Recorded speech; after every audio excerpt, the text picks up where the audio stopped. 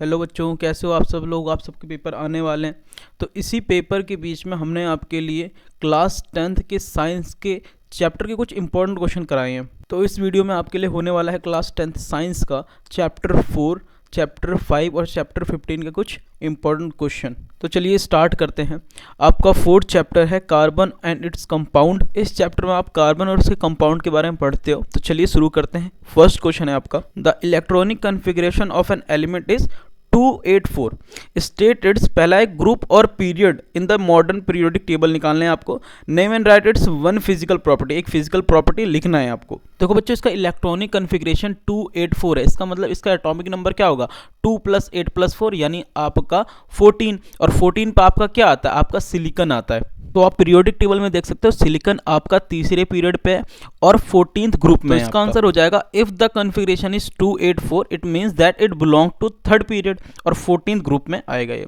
अब अगला क्वेश्चन था आपका, name and right it's one physical property. तो आंसर इसका the name of element is silicon. भाई नाम क्या है, सिलिकॉन है। और इसकी प्रॉपर्टी क्या होगी, it is a non metal so it is a poor conductor of electricity. भाई नॉन मेटल है इसलिए इलेक्ट्रिसिटी कंडक्ट नहीं करेगा।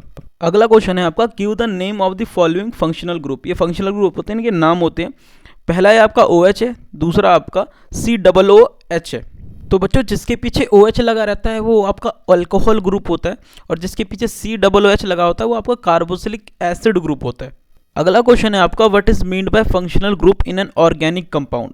Name the functional group present in दोनों कंपाउंड में कौन सा फंक्शनल ग्रुप प्रेजेंट है, आप देख के बताओ। तो पहली बात बच्चों, फंक्शनल ग्रुप आपका होता क्या है। तो functional group is an atom और ग्रुप ऑफ एटम और reactive part of a compound which determine chemical properties of compound. जो केमिकल प्रॉपर्टीज पता लगाता है कंपाउंड का क्या है। तो पहला आपका OH था जो कि हम पहले भी कर चुके हैं, अल्कोहल नाम होता है इसका। दूसरा आपका फंक्शनल ग्रुप क्या है, COOH, जिसको हम कार्बोक्सिलिक एसिड ग्रुप बोलते हैं।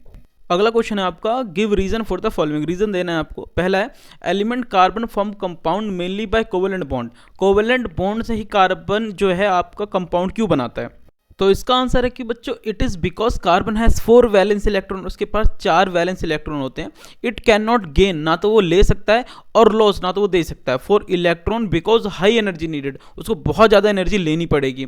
It can only share 4 electron, तो इसीलिए सिर्फ वो 4 इलेक्ट्रॉन शेयर करके बना लेता है कंपाउंड। अगला क्वेश्चन है कि गिव रीजन कि graphite is a good conductor of electricity. Graphite जो है आपका वो गुड कंडक्टर क्यों है इलेक्ट्रिसिटी का। इसका आंसर है बच्चों कि it is due to presence of free electron. उसके पास फ्री इलेक्ट्रॉन्स होते हैं in a graphite because each carbon is linked to 3 more carbon atom. उसमें एक कार्बन 3 मोर कार्बन से लिंक्ड होता है, जिसकी वजह से ये इलेक्ट्रिसिटी कंडक्ट कर पाते हैं।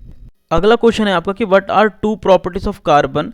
क्या 2 प्रॉपर्टीज क्या है कार्बन की, that lead to the huge number of carbon compound we see around us. जो कि कार्बन को उसके बहुत सारे कंपाउंड बनाने में मदद करती है। हम अपने अगल बगल जो देखते हैं सब कार्बन के ही कंपाउंड। तो बच्चों कार्बन की 2 प्रॉपर्टीज है। पहली कि catenation, the ability to form a covalent bond by combining with other carbon. Other carbon के साथ ये कोवेलेंट बना के कंपाउंड बना लेता है। दूसरा, टेट्रावैलेंसी ऑफ कार्बन, इसके आउटर मोस्ट सेल में 4 इलेक्ट्रॉन होते हैं, उसी को बोल रहे हैं ये।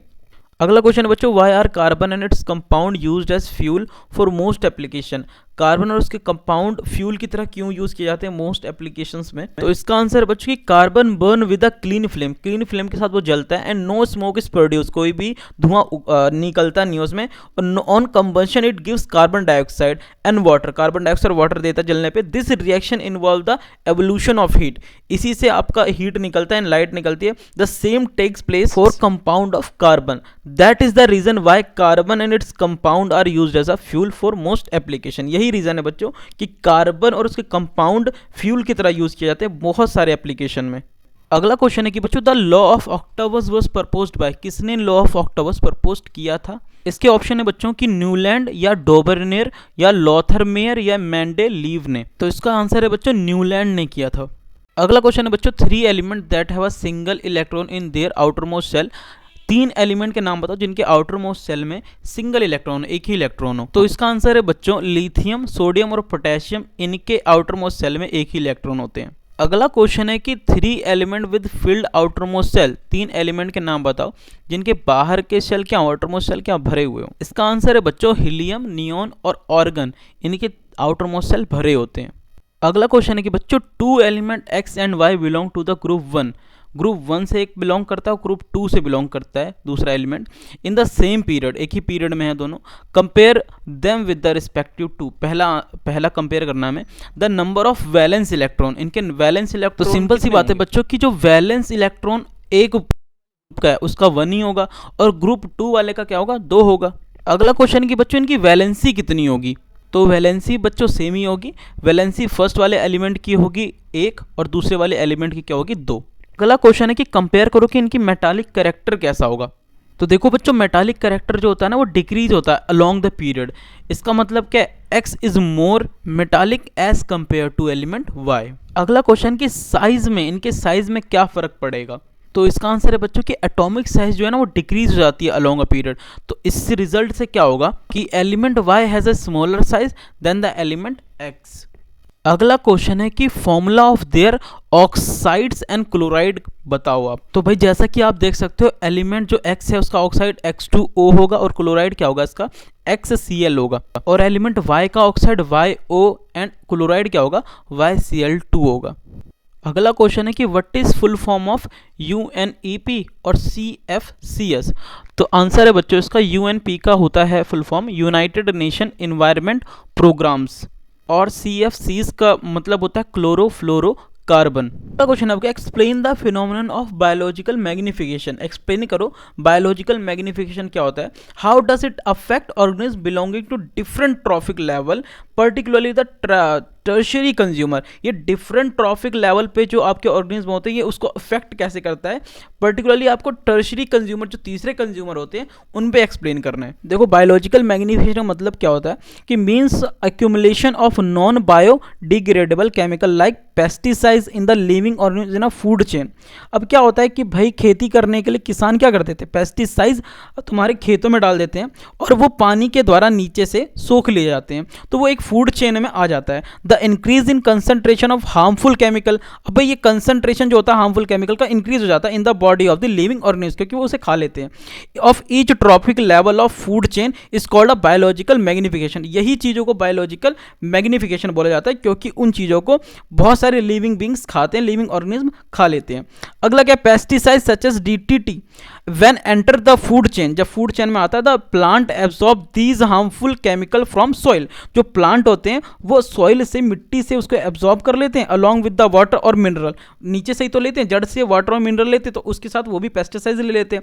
The enter the food chain, वो फूड चेन के अंदर आ जाता है। इट प्रोड्यूसर लेवल, वो प्रोड्यूस करते हैं इसलिए प्रोड्यूसर लेवल पे, and then transfer to the next trophic level, और एक नेक्स्ट ट्रॉफिक लेवल पे डाल देते हैं। जैसे आप उनको काटोगे फसलों को, या कोई बैल आ गई, भाई कोई बछड़ा जो भी आ गया खा लिया उसने, तो उसके अंदर चले जाएगा। In animal DDT gets accumulate in fatty acid, animal में फैटी एसिड के द्वारा चले जाता है। Thus continuous consumption of same plant the higher concentration of DDT in animal. अब भाई वही सेम टू सेम एनिमल अगर वो खाते हैं, ठीक है, तो उनमें रिजल्ट बहुत ज़्यादा कंसंट्रेशन बढ़ जाता है उस केमिकल का।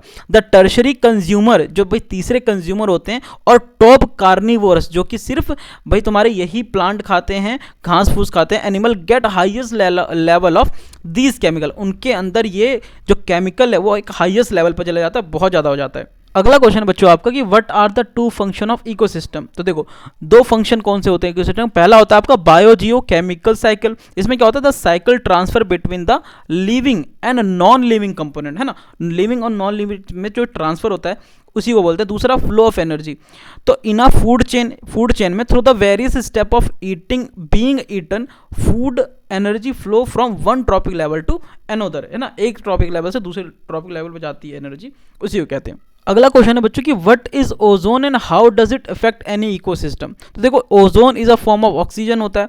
It has the molecular formula, इसका मॉलिकुलर फॉर्मूला O3 होता है। It is present at a higher level in the atmosphere. It protects the ecosystem from the harmful effect of ultraviolet rays coming from the sun, जो कि सन से आपकी आती है। UV rays में cause skin cancer। अगला क्वेश्चन है कि write the harmful effect of ozone depletion। अगर ओजोन की लेयर कम हुई तो क्या होगा, पहला है कि भाई कॉज द स्किन कैंसर कर सकता है। दूसरा डैमेज टू आइज को थोड़ा डैमेज कर सकता है। और इम्यून सिस्टम हमारा बेकार कर सकता है। लास्ट क्वेश्चन है बच्चों आपका कि give the correct sequence of various entropic level in a food chain. तो पहला है बच्चों आपका प्रोड्यूसर, फिर उसके बाद आता है प्राइमरी कंज्यूमर, उसके बाद आता है सेकेंडरी कंज्यूमर और लास्ट में आता है आपका टर्शरी कंज्यूमर्स।